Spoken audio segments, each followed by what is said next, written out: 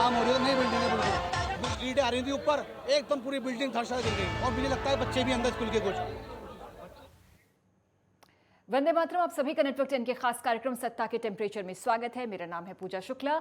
दिल्ली के आजाद मार्केट के शीश महल में बन रही बिल्डिंग गिरने से बड़ा हादसा हो गया। 7 लोग गंभीर रूप से जख्मी हो गए। दिल्ली में कभी बिल्डिंग ढह जाती है तो कभी बन रही बिल्डिंग गिर जाती है, कभी कहीं आग लग जाती है। दरअसल ये सिस्टम की भी दिक्कतें हैं। बिल्डिंगों के निर्माण से लेकर रखरखाव की कई समस्याएं हैं। कई जगह नियमों का पालन नहीं होता, लेकिन इसका खामियाजा लोग भुगतते हैं। और जब ये तस्वीरें सामने आती हैं बिल्डिंग गिरने की, इमारतें गिरने की, लोग मलबे के नीचे दब जाते हैं तो रोंगटे खड़े हो जाते हैं, लोग डरते हैं, दहशत में आ जाते हैं। लेकिन प्रशासन की भूल है। कौन जिम्मेदार इसके पीछे? अब तक ये व्यवस्थाएं क्यों ठीक नहीं हुई? क्योंकि ये कोई पहला मामला नहीं है। इससे पहले लगातार हम मामले देखते हैं। दिल्ली में कई इलाके ऐसे हैं जहां पर इमारतें बेहद पुरानी हैं, भरभरा कर गिर जाती हैं, कई इमारतों में आग लग जाती है। क्या प्रशासन सचेत नहीं रहता? अगर प्रशासन सचेत रहता, लोगों को जागरूक करता, तो लोगों की जिंदगियां यूं ना जाती, लोग यूं बर्बाद ना होते। बार बार ऐसे हादसे होते हैं जो चेता रहे हैं कि संभलने की जरूरत है, लेकिन कब संभलेंगे? सत्ता के टेम्परेचर में आज एक खास पैनल हमारे साथ। ये तस्वीरें आजाद मार्केट में बिल्डिंग गिरी। बड़ा हादसा कई बार होता है। इससे पहले मुंडका में बिल्डिंग में आग लग गई थी, कई लोगों की जानें चली जाती हैं, कई परिवार बर्बाद हो जाते हैं। दिल्ली में कई ऐसी इमारतें हैं जो असुरक्षित हैं, जो जर्जर हालत में हैं, जो कभी भी गिर सकती हैं। और यह भी सुनिश्चित है कि जो बिल्डर्स हैं वो मानकों का पालन नहीं करते। यही वजह है कि ऐसे हादसे हो जाते हैं। और कहीं जब इमारतें पुरानी होती हैं तो यह प्रशासन की लापरवाही होती है कि समय से पहले लोगों को वहां से हटाया नहीं जाता। और कई जगह लोग भी खुद जिम्मेदार होते हैं कि नोटिस मिलने के बावजूद लोग इमारतों को खाली नहीं करते, वहां रहते हैं। और इस तरह के जब हादसे होते हैं तो प्रशासन को कोसते हैं। यहां पर सबकी कलेक्टिव जिम्मेदारी है कि ऐसे हादसों से बचना होगा। बिल्डर्स के लिए कि वो मानकों का पालन करें, प्रशासन के लिए कि अगर इमारतें पुरानी हो गई हैं तो नोटिस जारी किया जाए, उस जगह को खाली कराया जाए। और लोगों के लिए भी कि लोग जिम्मेदार बने, उस जगह को फौरन छोड़ दें। लोग ये ना सोचे कि जब तक ये आशियाना है तब तक यहीं पर रह लेते हैं, क्योंकि जब बड़ा हादसा होता है तो उनका पूरा परिवार तबाह हो जाता है।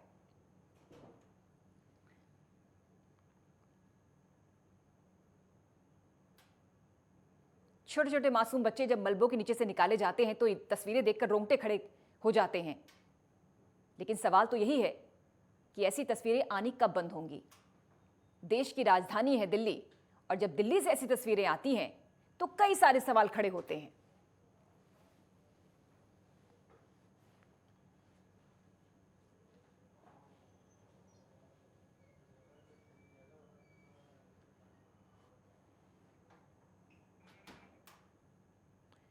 आजाद मार्केट में ताजा मामला। आजाद मार्केट में एक इमारत गिर गई, कई लोग जख्मी हुए, रेस्क्यू ऑपरेशन शुरू हुआ। लेकिन सवाल यह है कि यह कोई पहला मामला नहीं है।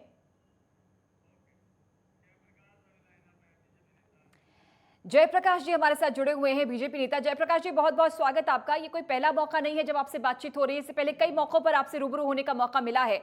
लेकिन सबसे बड़ा सवाल यही कि जब ऐसी तस्वीरें सामने आती हैं, देश की राजधानी की तस्वीरें, जहां इमारतें गिर जाती हैं, ढह जाती हैं, कई परिवार बर्बाद हो जाते हैं, लोगों को चोटें आती हैं, लोग गंभीर रूप से जख्मी होते हैं, तो सवाल सबसे पहले आपसे पूछे जाते हैं, सरकार से पूछे जाते हैं, विपक्ष से पूछे जाते हैं कि जो नुमाइंदे हैं, जो माननीय हैं, जो जो जो जनता की सेवा के लिए हैं, वो कहाँ रह जाते हैं? इन इमारतों के लिए कौन जिम्मेदार है? इन हादसों के लिए कौन जिम्मेदार? जयप्रकाश जी, देखिए, कल आजाद मार्केट के अंदर जो घटना घटी है वो दुखद घटना है, और घटना जिन कारणों से घटी उसकी जांच की जा रही है। उस बिल्डिंग का नक्शा पास हुआ तो उसमें कोई कमी तो नहीं, उसमें सभी मानकों का ध्यान रखा गया कि नहीं रखा गया। और सबसे बड़ी बात है कि ऐसी घटनाएं आगे ना घटे, उसके लिए हम क्या कर रहे हैं। तो कल जब घटना घटी तो हमारे सब लोग वहां पहुंचे, रेस्क्यू ऑपरेशन हुआ, वहां दिल्ली पुलिस, दिल्ली फायर और स्थानीय लोग और हमारे सब लोगों ने पहुंच करके वहां लोगों को राहत देने का काम किया। पहला काम था जो घायल थे उनको अस्पताल पहुंचाना। तो 5 लोग घायल हुए, जिसमें से 2 लोग अभी ठीक है, एक व्यक्ति है जिसके कमर में चोट लगी है, जमीर नाम का, उसकी थोड़ी स्थिति नाजुक है, लेकिन वो भी खतरे से बाहर है और अभी लगातार रेस्क्यू जारी है, रेस्क्यू अभियान जारी है, राहत अभियान जारी है। तो आगे ये घटना ना घटे, उसके लिए संबंधित विभागों को और सतर्क होकर काम करना पड़ेगा, क्योंकि दिल्ली बढ़ता हुआ शहर है और विशेषकर जो पुरानी दिल्ली है, जहाँ पुराने मकान है, हमेशा नगर निगम जब मानसून आता है उससे पहले सर्वे कराती है। उस सर्वे के अंदर जितने भी खतरनाक मकान है उनको नोटिस जारी किए जाते हैं, एडवाइजरी जारी की जाती है कि आप अपने मकान को रिपेयर कर लो, बिल्डिंग बायलॉज के हिसाब से उसको ठीक से बना लो ताकि कोई घटना ना घटे।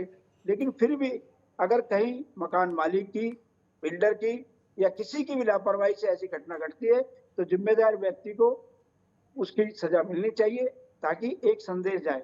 तो मुझे ऐसा लगता है कि संबंधित विभाग सभी जांच का विषय जांच कर रहे होंगे और आगे ऐसी घटना ना घटे उसके लिए कार्य कर रहे होंगे। लेकिन हमें दिल्ली को देखना पड़ेगा। दिल्ली एक तरफ पुरानी दिल्ली है, एक तरफ अनऑथराइज दिल्ली है, एक तरफ कॉलोनियों की दिल्ली है, एक तरफ स्लम वाली दिल्ली है।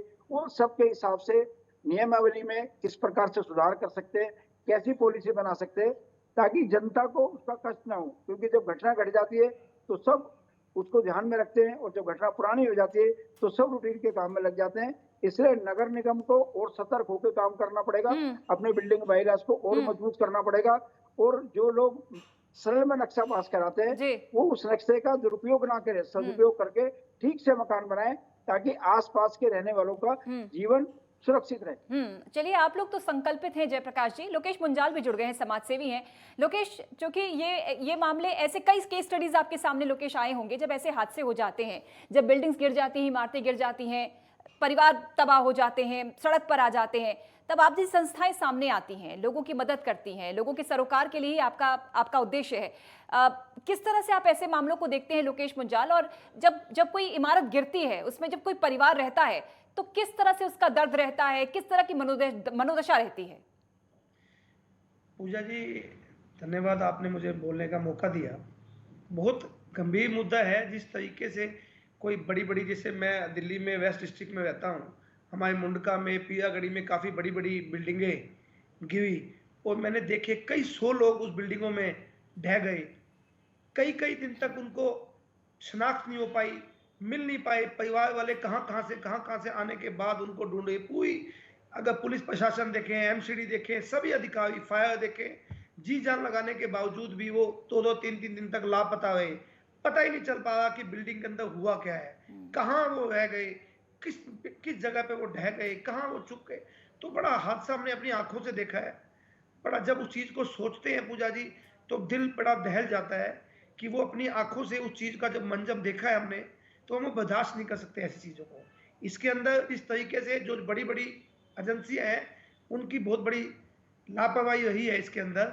ऐसे समय के अंदर एमसीडी हो चाहे दूसरे डिपार्टमेंट हो, उनको बड़ा देख रेख से इस चीज़ों को देखना चाहिए कि ऐसे हादसे दिल्ली के अंदर ना हो। उसको किस तरीके से बचाया जा सकता है। कई जगह पे आप देखो फायर का इंतजाम नहीं है, बड़ी बड़ी बिल्डिंगें हैं, फायर का उन्होंने सर्टिफिकेट नहीं लिया हुआ, फायर का उन्होंने कुछ नहीं लिया हुआ, इस तरीके में आग लग जाती है बिल्डिंगों के। बहुत सारी समस्या दिल्ली के अंदर उत्पन्न हुई है पूजा जी। जयप्रकाश जी। ठीक, मुकेश जी ठीक कह रहे हैं, क्योंकि दिल्ली बढ़ता हुआ शहर है। बढ़ता हुआ शहर के हिसाब से हमारे को नियमों को सख्त भी करना पड़ेगा और उनको इस प्रकार से ही बनाना पड़ेगा कि लोगों को परेशानी भी ना हो और आगे ऐसी घटना ना घटे। लेकिन क्योंकि मैंने बताया ना, दिल्ली कई प्रकार की दिल्ली है। एक दिल्ली वो है जो शहर में बसती है, एक दिल्ली वो है जो वाल सिटी में रहती है, एक दिल्ली वो है जो अनऑथराइज कॉलोनी में रहती है, एक दिल्ली वो है जो लाल डोरे में रहती है। तो दिल्ली कई प्रकार की है, उनको ध्यान में रखते हुए हमको आगे कदम बढ़ाने पड़ेंगे और जो कमियां हैं, अगर उन कमियों को हमें आगे ठीक करके अगर हम उसको बढ़ेंगे तो आगे ऐसी घटनाएं नहीं घट सकती। और जो संबंधित विभाग है, चाहे नगर निगम है, चाहे दिल्ली पुलिस है या अन्य विभाग है, जिन विभागों की भी जिम्मेदारी है, अगर कोई नक्शा पास होता है तो उसमें भी 4 प्रकार की फॉर्मेलिटी पूरी करनी पड़ती है। तो उससे संबंध जो भी लोग रखते हैं उनको लोगों के जीवन को ध्यान में रखते हुए चीजों को आगे बढ़ाना चाहिए। और सरल में जो नक्शा पास होता है, जब नक्शा पास होने के बाद संबंधित एरिया के जेई को साइड पे जाकर के चेक करना चाहिए कि बिल्डिंग ठीक से बन रही है कि नहीं बन रही, उसका जो उसमें जो मटेरियल इस्तेमाल हो रहा है वो ठीक प्रकार से लगाया जा रहा है कि नहीं जा। बिल्कुल, बहुत सारी मुद्दे लोकेश जी बता रहे हैं जयप्रकाश जी कि वास्तव में ऐसा होना भी चाहिए। लेकिन कई जगह तो हम ऐसा भी देखते हैं लोकेश कि कई खबरें ऐसी आती हैं जब ऐसी बिल्डिंग्स इमारतें गिर जाती हैं और जब वहां पर पूछा जाता है कि आप लोगों ने खाली क्यों नहीं किया, तो पता चलता है कि नोटिस तो मिल गया था, लेकिन कई लोग भी इतने जिम्मेदार नहीं होते कि जानते हुए कि नोटिस मिला है, इमारत पुरानी है, खाली कर देना चाहिए, क्योंकि वो मजबूर हैं, उनके पास कोई आशियाना नहीं, तो वो लोग भी तो जिम्मेदार है लोकेश जी। बिल्कुल सही कहा पूजा जी आपने। और जिस तरीके से जयप्रकाश जी बड़ी बारीकी से उन्होंने इतने सालों से दिल्ली की सेवा कर रहे हम देख रहे हैं, हम उनका सम्मान करते हैं, हमारे आदरणीय है। पूजा जिस तरीके से आपने कहा, एमसीडी या कई विभागों ने बिल्डिंगों के लिए बता दिया कि ये बिल्डिंग खंडर हो चुकी है या इस बिल्डिंग पर आप रहना आपके लिए ठीक नहीं है, और आपको नोटिस दिया कि आप 15 दिन के अंदर या 1 महीने के अंदर इसको खाली कर लें। बट वो उसको नजरअंदाज करते हैं, उस नोटिस को, और उस पर लापरवाही करते हैं। उस लापरवाही के कारण कई लोगों की जानें चली जाती हैं, कई बड़े बड़े हादसे हो जाते हैं। उस चीज की जिम्मेवारी वो खुद भी है। उनको जब वो एमसीडी के बड़े बड़े विभागों ने इस चीज की जानकारी वो देते हैं, उसके बाद वो उस चीज को नजरअंदाज करते हैं, तो ये उनकी भी बहुत बड़ी लापरवाही है। कितने लोगों की जान चलेगी इस तरीके से। मुंडका में, नांगलोई में, सदर बाजार में, बड़ी बड़ी जगहों पे ऐसे हादसे देखे हैं पूजा जी। तो उसमें जितनी जिम्मेवारी सरकार की बनती है, उतनी जिम्मेवारी उन रहने वालों की बनती है जो उस नोटिस को नजरअंदाज करते हैं और समय पे बिल्डिंग खाली नहीं करते। जयप्रकाश जी, लेकिन कुछ मामलों में हमने ये भी देखा है कि नोटिस तो जारी कर दिया आप लोगों ने, आपके अधिकारियों ने, लेकिन मान लीजिए 15 दिन या 1 महीने पहले का नोटिस है, लेकिन उसके बाद जाकर देखा नहीं जाता कि वास्तव में वो जगह खाली हुई है या नहीं, इमारत को खाली किया गया है या नहीं। नहीं, नगर निगम लगातार उनको नोटिस देती है, वेकेशन नोटिस देती है, पुलिस को नोटिस भेजती है, लेकिन जो उस भवन में रहने वाले लोग हैं, अगर वो लापरवाही बरतते हैं, कई जगह मकान मालिक किराएदार का पंगा होता है, क्योंकि जो रह रहे हैं वो किराएदार हैं, मकान मालिक है वो उसमें कुछ रिपेयर नहीं कर रहा, ये भी कई प्रकार की समस्या है। कई दफे जो व्यक्ति वहां रह रहा है उसके पास आगे कहीं शिफ्ट करने के लिए आर्थिक स्थिति से वो कमजोर है, तो कई प्रकार की समस्या है। लेकिन नगर निगम सर्वे करके, बिल्डिंगों को चिन्हित करके, उनको नोटिस दे करके बता देता है कि ये बिल्डिंग खतरनाक है, या तो उसको रिपेयर कराओ या आप कहीं और शिफ्ट हो जाओ। तो नगर निगम के जेई ने अपना काम ठीक कर दिया, निगम ने अच्छा काम कर दिया। अब वो रहने वाले लोगों की जिम्मेदारी, कई दफे वहां के लोकल लोग आ जाते हैं कि भाई नगर निगम परेशान कर रहा है, नगर निगम तो समय पर नोटिस दे रहा है, वो कह रहे नगर निगम वाले परेशान कर रहे हैं। तो कई प्रकार की व्यवहारिक परेशानियां हैं, उनको ध्यान में रखते हुए आगे कदम बढ़ाना पड़ेगा। तो हमने हमेशा कहा है कि जो वहाँ के लोकल रेजिडेंट्स है, जो वहाँ लोकल RW है, मार्केट एसोसिएशन है, जो भी खतरनाक भवन है, आप local residents, local RW, local market association या वहाँ का जो प्रमुख व्यक्ति है या वहाँ का चुनाव जनप्रतिनिधि है, उनको ध्यान में ला करके उनको बुलाया जाए, उनके साथ मीटिंग की जाए, ताकि ऐसी घटना ना घटे। और जो व्यक्ति वहाँ रह रहे हैं उनके लिए कोई ऑल्टरनेट व्यवस्था बने, तो सब लोग मिलकर अगर करें तो ऐसी घटनाओं को हम काफी हद तक रोकने में सफल हो। लेकिन जयप्रकाश जी, यही तो दुर्भाग्य है कि ऐसी घटनाएं तो लगातार घट रही हैं। हम आप बैठकर यहाँ पर चर्चा तो करते हैं, ये तय करते हैं कि पुनरावृत्ति नहीं हो, बहुत सारी चीजें हम ये संकल्प तो लेते हैं, लेकिन फिर भी बड़ा दुर्भाग्य है जयप्रकाश जी कि ऐसी घटनाएं लगातार हो रही हैं। और देश की राजधानी है दिल्ली, दिल्ली तो आदर्श है, लोगों की निगाह है, नजीर है दिल्ली एक, लेकिन वहां पर अगर आप ऐसा स्टैंडर्ड सेट करेंगे प्रशासन, नगर निगम या दिल्ली सरकार, तो फिर क्या हाल रह जाएगा। नहीं, बिल्कुल ठीक है, दिल्ली देश की राजधानी है, दिल्ली देश का दिल है, वहां पर हमको एक संदेश देना है। तो संदेश जब भी दिया जा सकता है जब सभी नियमों का ठीक प्रकार से पालन हो और हर नियम को हम अपने से लागू करें, क्योंकि हम दूसरे को तो कह सकते हैं खुद लागू नहीं कर रहे, तो हर व्यक्ति को अपने से उसको लागू करना पड़ेगा।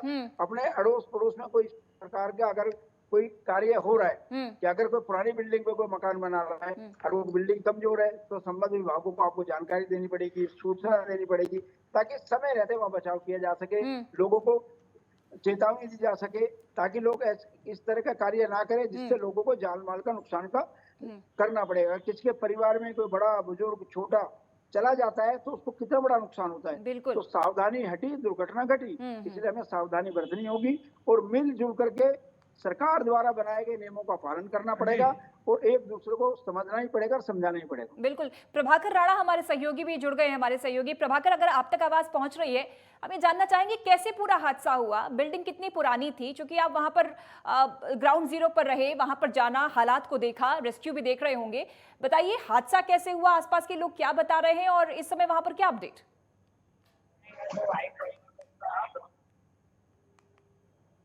प्रभाकर, आप तक आवाज पहुंच रही है?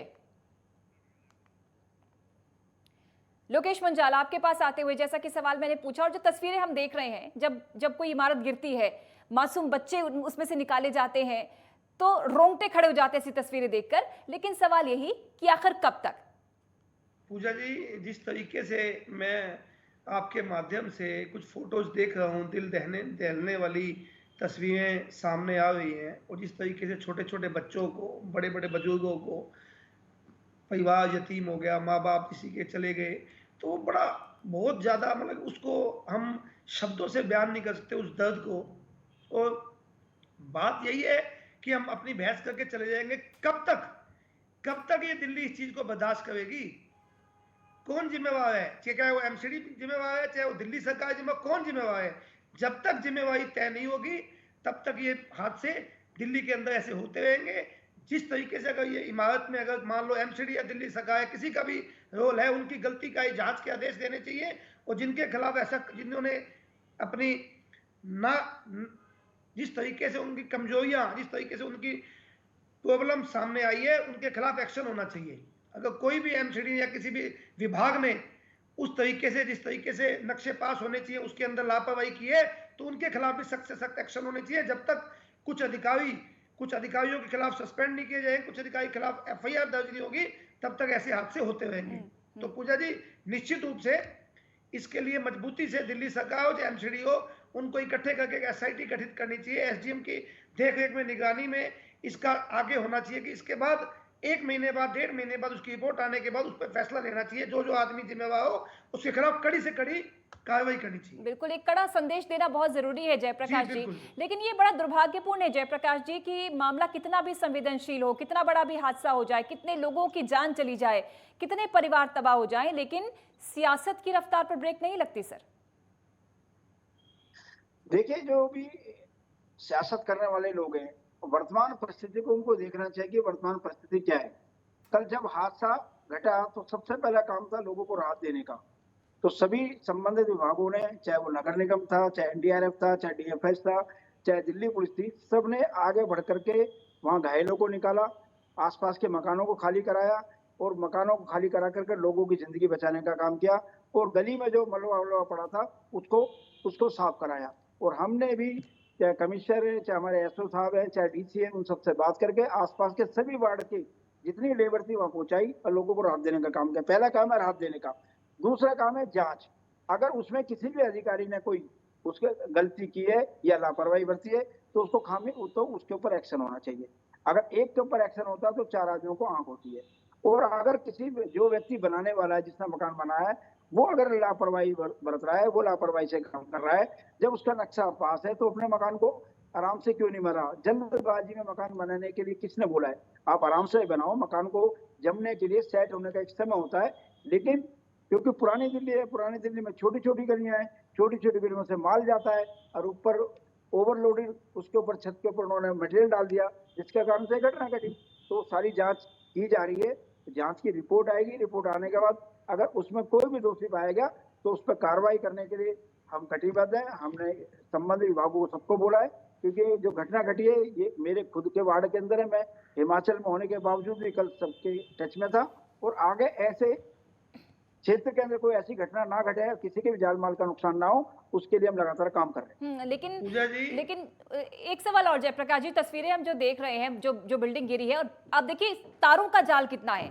इन्हीं तारों की जाल की वजह से आगजनी की घटनाएं भी लगातार सामने आती हैं। रेस्क्यू में तो दिक्कत होती है, लेकिन आगजनी की घटनाएं भी इन तारों के जाल के कारण आती है जयप्रकाश जी। नहीं, बिल्कुल। दिल्ली में अरविंद केजरीवाल जी की सरकार है। हम कई बार लिख के दे चुके हैं कि पुरानी दिल्ली वाल सिटी एरिया के अंदर इन सभी तारों को अंडरग्राउंड किया जाए, लेकिन कोई काम नहीं किया जा रहा। क्योंकि अभी आरोप प्रत्यारोप की बात नहीं है, लेकिन जो सरकार को काम करना चाहिए, ये सारा बीएससीएस, एनडीपीएल, पूरा का पूरा बिजली विभाग दिल्ली सरकार का है। और पुरानी दिल्ली के अंदर बिजली के तारों की बहुत बड़ी समस्या है। कई जगह शॉर्ट सर्किट होता है, उसके कारण से आग लगती है, कभी बिजली के तारों के कारण से और समस्या आती है। तो इन सबको अंडरग्राउंड किया जाए ताकि लोगों को राहत मिले। तो उसके लिए वहाँ के जो सिटिंग विधायक है या वहाँ के जो उस संबंध विभाग के जो मंत्री है या मुख्यमंत्री है, उनको संज्ञान लेकर के काम करना चाहिए। लोगों को अगर हम धीरे धीरे काम करेंगे तो समस्याओं का समाधान होगा। जयप्रकाश जी, आपका एक लंबा अनुभव रहा है जयप्रकाश जी, आपका एक लंबा अनुभव रहा है, एमसीडी में आपने बहुत सर्व किया है, लोगों की सेवा की है। लोग तो आपको बहुत उम्मीदों के साथ देखते होंगे। आपने ऐसे इलाकों के लिए क्या किया, या कुछ बेहतर करने के लिए आपका प्रयास क्या रहा जयप्रकाश जी? हमारा बिल्कुल ये प्रयास रहा। हम लोकल राइडेंस के साथ बैठते हैं, आरडब्ल्यू के साथ बैठते हैं, मार्केट एसोसिएशन के साथ बैठते हैं। हमने उस क्षेत्र के अंदर कई विकास कार्य किए हैं और ये सरल से नक्शा पास हो, इसके लिए भी हम पॉलिसी लेकर गए हैं ताकि लोगों को मकान बनाने में समस्या ना हो। लेकिन मैं आपके माध्यम से फिर उन लोगों से कहना चाहता हूँ, सरल से जब नक्शा पास हो जाता है तो मकान को मजबूती से और समय से कानून के हिसाब से बनाएं। अगर आप कानून का वायलेंस करेंगे, हल्का मटेरियल लगाएंगे, तो आप अपनी जान जोखिम में भी डाल रहे हो और को भी जान जोखिम में डाल रहे हो। और पुरानी दिल्ली के अंदर जहाँ गलियां छोटी हैं, जहाँ निकलने बढ़ने में समस्या है, वहाँ अगर आदमी सावधानी बरत के अपने कार्य को करे तो वो खुद भी सुरक्षित रह सकता है, दूसरों को भी सुरक्षित कर सकता है। लोकेश जी, आप कुछ कह रहे थे? पूजा जी, मैं इतना ही कहना चाहूँगा कि जिस तरीके से ये हादसा हुआ है वो बड़ा दिल दहल है, देख के मन बड़ा परेशान है। इस तरीके से एमसीडी हो चाहे दिल्ली सरकार हो, इस टाइम कोई राजनीति किसी को करनी नहीं चाहिए। सबको आगे बढ़ के उन लोगों की मदद करनी चाहिए, चाहे वो एरिया एमसीडी का हो चाहे वो किसी का भी हो। जयप्रकाश जी वहाँ के निगम पार्षद हैं, चाहे वहाँ के एमएलए आम आदमी पार्टी का हो चाहे किसी पार्टी का हो, उनको आगे आना चाहिए, दिल्ली सरकार को आगे आना चाहिए, दिल्ली के बीजेपी के चाहे इसीलिए मैंने वो सवाल पूछा उनसे कि बतौर वो पद पर रहते उन्होंने कितनी तरह की सेवाएं लोगों को दी। ये सवाल मैंने उनसे पूछा। ये दिल्ली की जनता सबकी है। दिल्ली की जनता ने भारतीय जनता पार्टी को भी एमसीडी में वोट देकर जितवाया और दिल्ली की जनता वही दिल्ली की जनता है जिसने आम आदमी पार्टी को विधानसभा में जितवाया। तो दिल्ली की जनता की जिम्मेवारी एमसीडी भारतीय जनता पार्टी की भी है और आम आदमी पार्टी की भी है, जिनकी दोनों जगह में सत्ता में सरकार है, केंद्र में सरकार है। तो जयप्रकाश जी, हमारा तो सिर्फ आपसे निवेदन है, हमने समाज के लिए 21 साल अपने दे दिए, आपने 30 साल 40 साल अपने समाज का अनुभव आपके पास है। हमारा तो सिर्फ आपसे न्यूज़ 10 नेटवर्क माध्यम से और पूजा जी के माध्यम से यही एक आपसे अनुरोध है कि उनकी जान उनके बचाना, उनकी जिस तरीके से अगर उस पर खामियाना जिसका जो है, जिस एमसीडी के अधिकारियों ने उस बिल्डिंग को पास करने के लिए पैसे लिए या जो भी किए है, उसके खिलाफ कड़ी से कड़ी कार्रवाई होनी चाहिए। अगर उनको वो गलत पाए गए तो उनको जेल में भी सलाखों में डालना आपकी जिम्मेवारी है। जयप्रकाश जी, आपके लिए संदेश है ये लोकेश जी का? नहीं, संदेश नहीं है ये। हम तो खुद गए, मैंने तो शुरुआत करने से पहले ये बात कही, अगर किसी भी अधिकारी की लापरवाही मिलेगी तो उसके खिलाफ कार्रवाई की जाएगी, उसमें कोई भी रियायत नहीं बरती जाएगी। हम सबका काम है अपने क्षेत्र को सुरक्षित करना। कल जब घटना घटी तो सबसे पहले हमारी टीम वहां पहुंची, हमारे लोग वहां पहुंचे और हमने हर प्रकार से। जयप्रकाश जी, आप क्षेत्र के नेता नहीं हो, आप दिल्ली के नेता हो, दिल्ली के सभी लोग आपको जानते हैं। यही कह रहा हूँ ना, मैं हिमाचल में था, फिर भी हमने सबसे पहले काम किया लोगों को राहत देने का, रेस्क्यू राहत अभियान में सहयोग करने का, और सभी विभागों को इकट्ठा करके हमने कोई पॉलिटिक्स नहीं की। सबसे पहले काम था लोगों को राहत देने का, घायलों को अस्पताल पहुंचाया, कोई भी व्यक्ति वहां समस्या ना हो, आसपास के मकानों को खाली कराने में दिल्ली पुलिस का सहयोग किया, डीएफएफ का सहयोग किया, जो भी उन्होंने सहयोग मांगा वो पूरी नगर निगम की टीम वहां लगी रही। अब जांच का विषय मैं आपके माध्यम से बताना चाहता हूँ, अगर जांच में कोई भी अधिकारी दोषी पाया गया तो हम उसको बख्शेंगे नहीं, उसके खिलाफ सख्त से सख्त कार्रवाई करेंगे, क्योंकि दिल्ली की जनता का सवाल है और दिल्ली की जनता सबकी है। दिल्ली की जनता ने हमें भी चुना है, इसलिए हमारा कर्तव्य बनता है उनकी सेवा में खड़े रहना, जो हम अच्छे से कर रहे हैं। बिल्कुल लोकेश जी, मेरा यहाँ पर एक मत ये है कि कई लोग जिनको नोटिफिकेशन मिल गया, जिनको बता दिया गया कि इमारत आपकी टूटने वाली है, गिरने वाली है, आप यहाँ से हट जाएं, लेकिन चूंकि उनका आशियाना नहीं होता, वो समझ नहीं पाते कि जाएंगे तो जाएंगे कहाँ, इसलिए बेहतर है यहाँ पर रह जाना।